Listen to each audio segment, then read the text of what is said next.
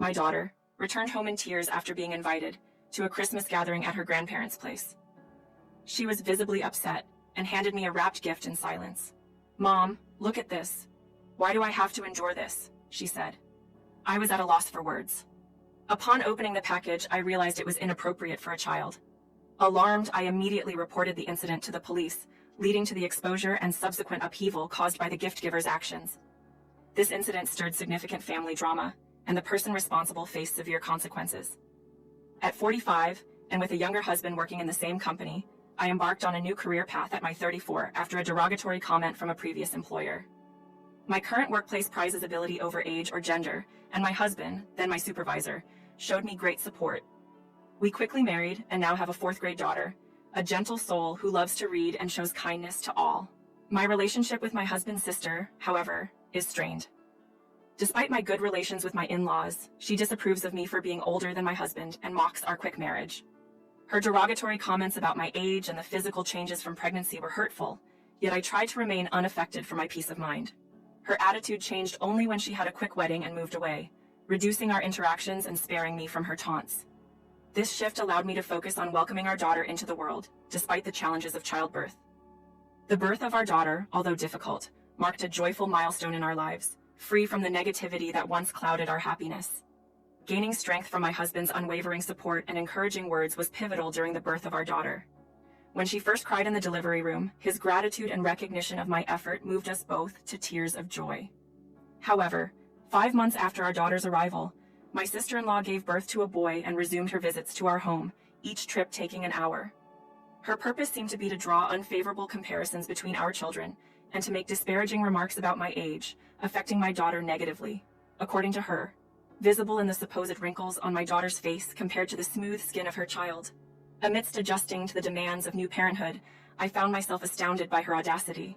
She would arrive, empty-handed, not bringing any baby essentials, and leave with diapers and formula, claiming she wanted to avoid running out. This behavior puzzled me greatly.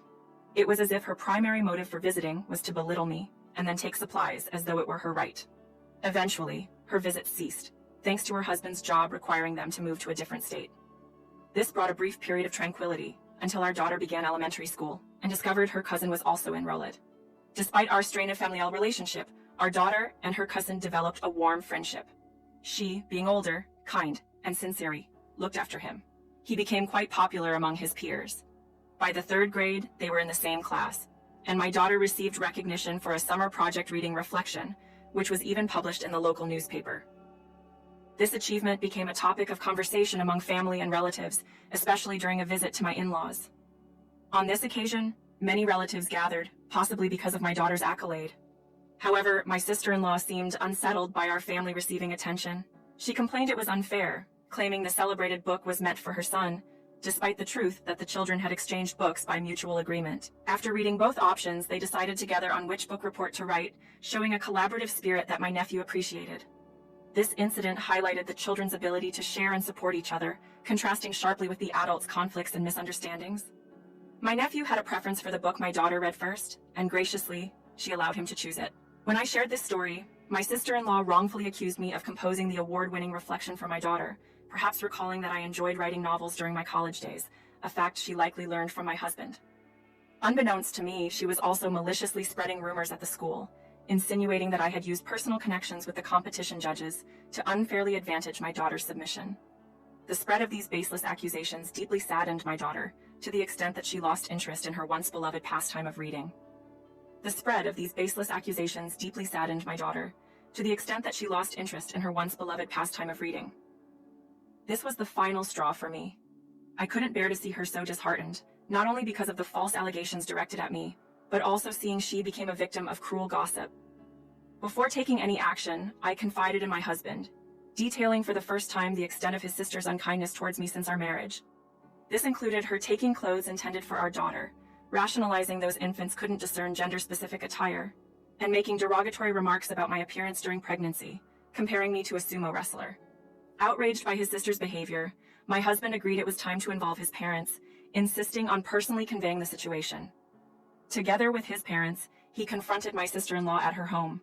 Her initial delight at seeing her family unexpectedly visit quickly dissolved into shock, as she faced a stern reprimand from my husband. Her reaction to being called out was to direct her anger towards me, accusing me of betraying her to her favorite brother, thereby casting herself as the victim in an attempt to deflect responsibility.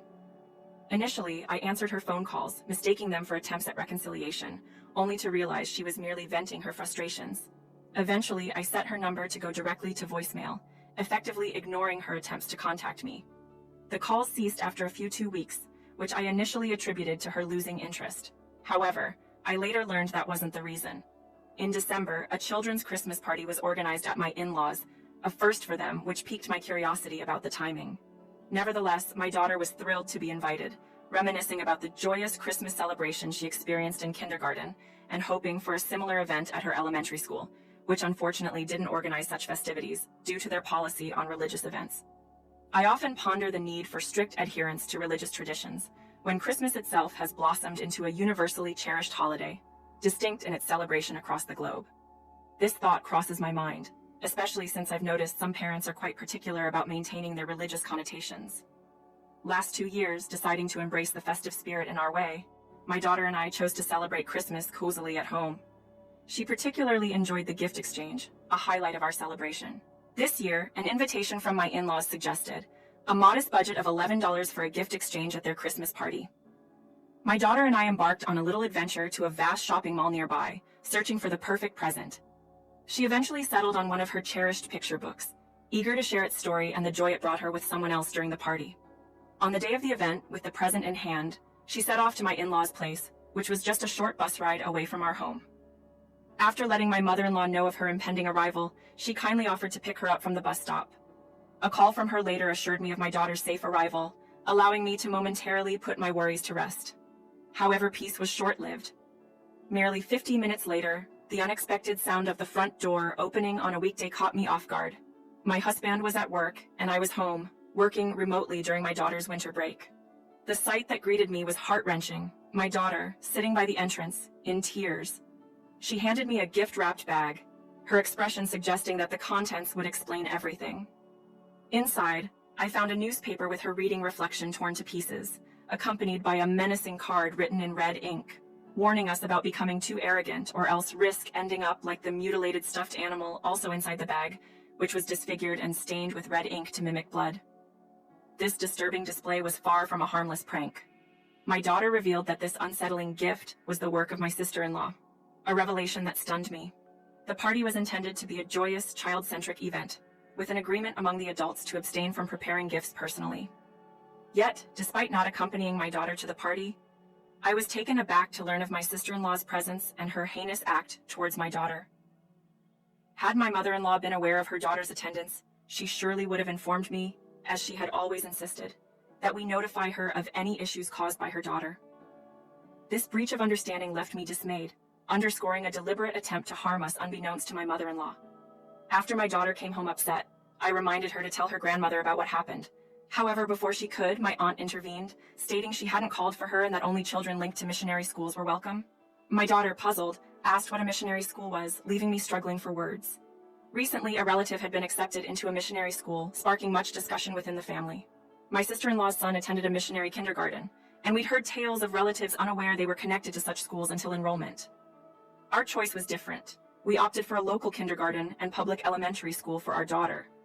It seemed my sister-in-law used this as another opportunity to belittle my daughter. Distressed by the threatening gift my daughter received, I rushed to the police station, insisting on the seriousness of the threat despite initial reluctance from the police to intervene, suggesting it be resolved as a family matter. Thankfully, a female officer recognized the gravity of the situation, acknowledging that threats and violence within families are indeed reportable offenses. She empathized with our fear and took immediate action by promising to visit my sister-in-law with a warning. That evening, when my husband came home, I recounted the day's events. Outraged, he condemned his sister's spiteful actions and contacted his parents, who were hosting the Christmas party yet claimed ignorance of the incident. They speculated my sister-in-law might have sneaked in through an unlocked back door. While my mother-in-law was preoccupied with other responsibilities, the party was left in the hands of the younger family members. Following the police officer's stern warning to my sister-in-law about the consequences of her actions, my in-laws, disturbed by the possibility of criminal behavior, arranged a family meeting to discuss the matter. At the meeting held at my in-laws' house, my sister-in-law and her husband arrived late, with her visibly displeased and unrepentant about the police involvement, while her husband appeared uninformed about the meeting's purpose. This situation underscored the seriousness of the issue, prompting a collective family discussion on how to move forward and address the underlying tensions. When my sister-in-law's husband was finally made aware of his wife's actions towards our family, his shock was palpable. He had been completely oblivious to the extent of the situation until then. Offering his apologies to us, he seemed genuinely remorseful, a stark contrast to my sister-in-law, who remained defiant and unapologetic. Her rationale, that the lack of arrest by the police equated to innocence, left everyone speechless, showcasing a level of denial that was hard for us to comprehend. In a surprising turn of events, he announced his decision to divorce her. This revelation stunned us all, as there were no outward signs of trouble in their marriage. Explaining his decision, he shared a history of enduring her behavior, which had escalated from neglecting household duties and childcare to causing a fear due to carelessness. Her obsession with appearances led to multiple unnecessary moves, each driven by her vanity and the desire to maintain a certain social status, rather than actual job requirements. Their moves were often justified by her ambitions for their son, like attempting to enroll him in prestigious kindergartens, which only ended in disappointment and further embarrassment. Eventually, they settled for a public elementary school, a choice driven by their son's preference, supported by his father against his wife's initial reluctance. The husband's decision to divorce was not sudden, but a culmination of years of frustration, now expedited by her recent harassment. Caught off guard by the divorce announcement, my sister-in-law attempted a feeble apology, seemingly in a last-ditch effort to reverse the situation, claiming her actions were merely jokes or pranks. However, the seriousness of her actions, especially the hostile message intended for a child, went far beyond what could be dismissed as a joke. Such behavior, which could instill fear even in adults, was indefensible and highlighted the irreparable breach of trust within the family. I confronted her, highlighting the gap between her actions and the instincts of a nurturing parent. Just because you're a parent doesn't automatically instill you with parental instincts, I pointed out, suggesting that her behavior was far from what one would expect from someone in that role. My husband, witnessing her tears, firmly told her that crying was not a solution to the problem, especially at her age. She should not expect sympathy to absolve her of her actions. Yet, she continued to cry, denying any wrongdoing and questioning why she was being singled out for blame. She even suggested that the family's disapproval stemmed from my marriage to her brother, implying that the issue was with me being older rather than her actions. Her lack of insight into the gravity of her behavior left us all speechless, and my husband was particularly taken aback by her inability to grasp the situation. With the atmosphere heavy with unresolved tension, the discussion came to an abrupt halt, and her husband had no choice but to escort her home. Their divorce proceedings later unfolded, marred by her resistance to acknowledging her faults. It was only her son's innocent revelation about the Christmas party that tipped the scales, leading to her reluctant agreement to the divorce. Her son, without any ill intent, recounted to his classmates the unsettling gift exchange he witnessed, specifically the disturbing image of a stuffed animal mangled and stained with red, resembling blood. This confession quickly spread among the school community, stirring concern among teachers and parents alike. Following this revelation, my daughter found it difficult to return to school, her spirit dampened by the incident and the ensuing gossip linking her to her cousin's story. The connection between her absence and the events of the Christmas party became a topic of speculation, underscoring the impact of one thoughtless act on the lives of those involved. I had hoped the whole ordeal could have been quietly resolved, allowing my daughter to return to school when she felt ready. Her cousin's intention in sharing the distressing experience was not for amusement, but as a desperate plea to halt his mother's harmful actions. Witnessing the impact of these revelations, her husband was compelled to expedite the divorce proceedings, accepting her terms just to finalize their separation. By then, she had become widely known in the community for her menacing behavior towards children, leading to her being ostracized and even faced with hostility from neighbors. Feeling trapped and vilified, she saw the divorce as an escape, imagining a return to her parental home would provide solace. However, her estranged husband remained firm on retaining custody of their son, a decision she accepted without much fight, coldly declaring her indifference towards her son as she planned to remarry, stating children were an inconvenience to her plans. Her cruel words were met with her son's brave rejection. He expressed no need for her in his life, finding solace in his father's care and warning her against approaching his cousin. Her situation worsened upon returning to her parents' home, where she was denied entry, leaving her to face the consequences of her actions alone. Her downward spiral led her into precarious situations for basic needs, accumulating debt from unsavory sources, and eventually, she vanished from our lives, My husband and his parents chose not to pursue a missing persons report, accepting her absence as a resolution. In the aftermath, my daughter regained the confidence to attend school, where her cousin continues to be a supportive presence, promising to look out for her. This challenging period has unexpectedly strengthened the bond between our families, particularly with my former brother-in-law, as we unite in support of the children. My in-laws have embraced both grandchildren wholeheartedly, stepping in to provide care and support in the absence of my sister-in-law. With her out of the picture, our family has found peace and developed a strong, trusting relationship, free from previous tensions.